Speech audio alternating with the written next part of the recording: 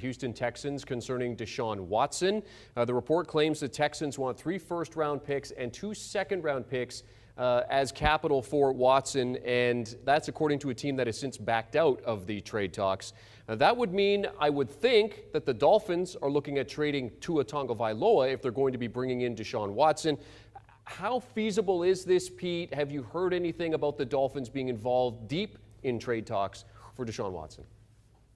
No, I have not. And when I was there a couple weeks ago and talked to Brian Flores, he seemed to be encouraged by, Tua Tagovailoa, and he looked like he was a guy that had made growth. I mean, look, if you're going to make this deal, how do you sell that to your fan base? And first and foremost, you have a quarterback who has all these legal issues hanging over his head, and until they're remedied, how do you make that deal? A. B, if you don't make the deal, what message did you just send to your quarterback who you drafted a year ago and who you're trying to make your franchise quarterback? I don't like the makeup of this entire trade possibility. If you could pull it off and get Deshaun Watson, if he didn't have the legal problems and you wanted to make a deal, I get it. But I don't understand it with the legal issues hanging over his head. And so I think this is just out there. If they make a deal for a guy who's got legal issues until they're remedied, that's risky business in my book. I know there's some talk of protecting the draft picks if there is legal issues going forward, but I just think it's a tough thing to sell to your fan base that you made a move to go get a franchise quarterback, and then suddenly he has some more legal issues that are entangled and bring him into a situation where he's going to have to go to court and fight him and everything else that goes along with it. So I just don't think this is a good situation for Miami to be even in the talk or the talks to trade for him. Leave it alone. Play with Tua. See what you have. And then if the legal issues are remedied and he can play next year or when he can play, then maybe make a deal for him. As we get into the third week of the NFL preseason this afternoon, there are reports that the Houston Texans are involved in trade talks involving Deshaun Watson with the Miami Dolphins. A report claiming the Texans want 3 first-round picks, 2 second-round picks. That's according to a team that has since backed out of trade talks for Watson. So now the Dolphins are apparently the front runners for Watson's services. Now, we don't know how feasible such a move would be, but let's talk to our Jonathan Jones about this, our senior NFL insider. JJ, what have you heard about this, about the potential of Deshaun Watson being moved to the Miami Dolphins? Yeah, a little bit, Jeremy. Before the start of that Bills-Packers game, I was texting with a source who let me know that the Carolina Panthers were not in the trade, if you want to call it sweepstakes, for Deshaun Watson, that it ultimately was not going to happen in Carolina. And you have to remember that Carolina was one of the main teams that were involved for the last several months in their interest in potentially trading for Deshaun Watson. Those teams included, but we're certainly not limited to, the Philadelphia Eagles, the Denver Broncos, the Carolina Panthers, and the Miami Dolphins. The Dolphins really, for the last couple of weeks, with folks that I've spoken to around the league, have been sort of the front runner. It's thought that Deshaun didn't necessarily want to go to Philadelphia, and we know that he has a no trade clause he has to sign off if and when the Houston Texans finally trade him. Denver never really seemed like that great of an option for Deshaun. They may be looking at Aaron Rodgers after this season.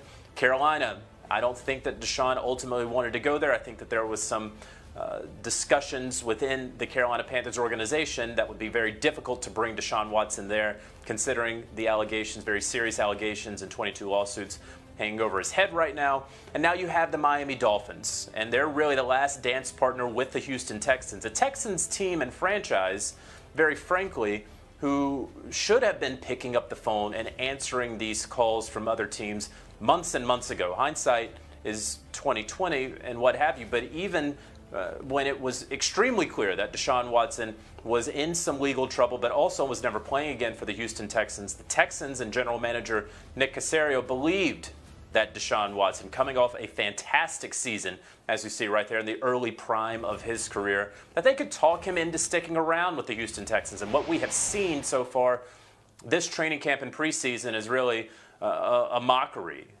Deshaun Watson coming out there and being the 4th quarterback on the depth chart and taking reps as the scout team safety, and then maybe having an injury and going back into the training room, but also maybe not being injured, according to head coach David Culley. And then Nick Caserio and head coach David Culley saying, that he's part of the roster, but not really expanding on anything and not offering any sort of details. So the Houston Texans have been stuck in limbo for some time, and really the last couple of weeks, they have come to understand that Deshaun Watson is not going to play for them anymore.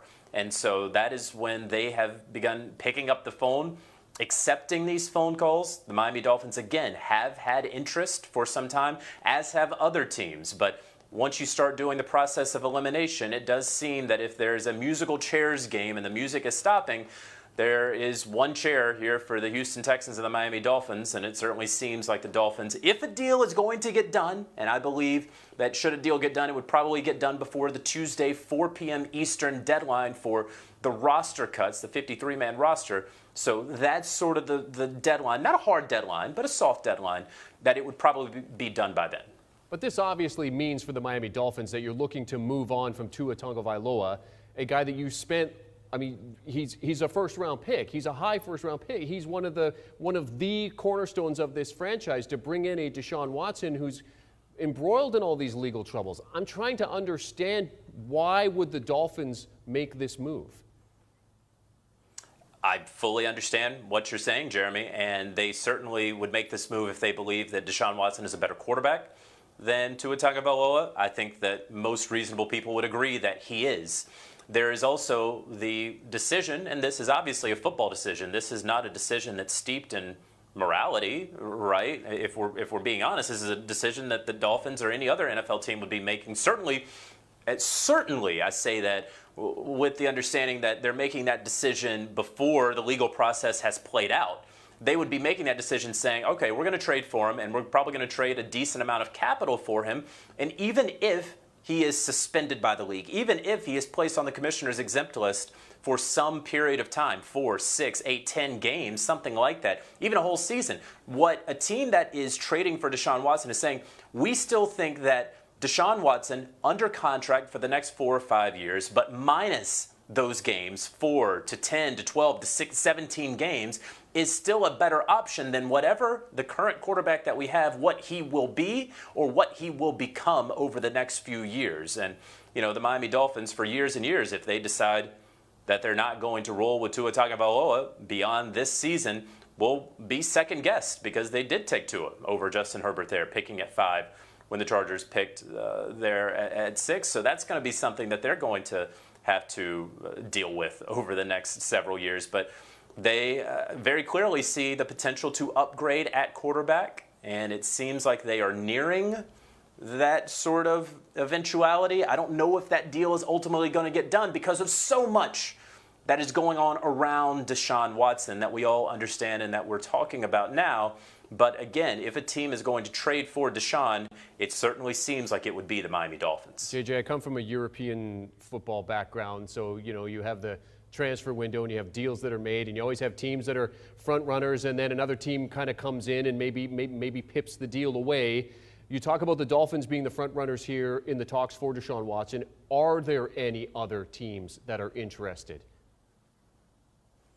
I don't think that there are any other teams that are really in the running. Again, considering Deshaun Watson's no trade clause, he does have control over where he wants to go. He very much is interested in going to a Miami team that has such speed at the receiver position that they have assembled both in free agency and the draft. They have a solid offensive line.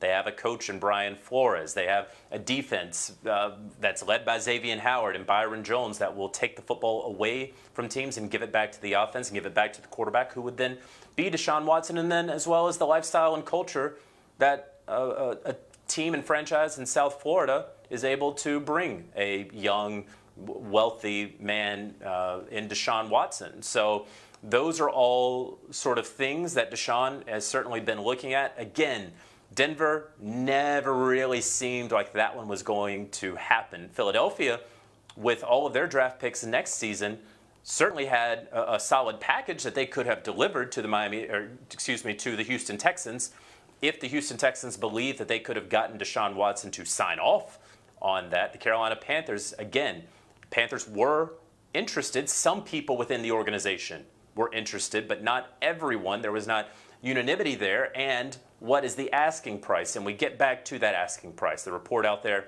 3 firsts and 2 seconds. That was the asking price that I had heard from league sources back in the spring.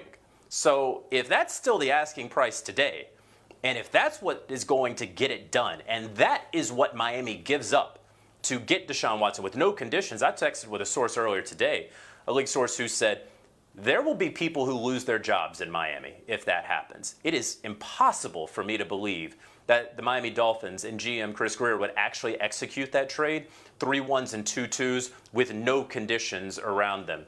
And so will it ultimately potentially wind up to be somewhat equivalent to 3 1s, be it 2 actual picks that could be 1s if he plays, 70% of the snaps? Could you throw in a player who is of first-round value or of second-round value? I could see those things happening.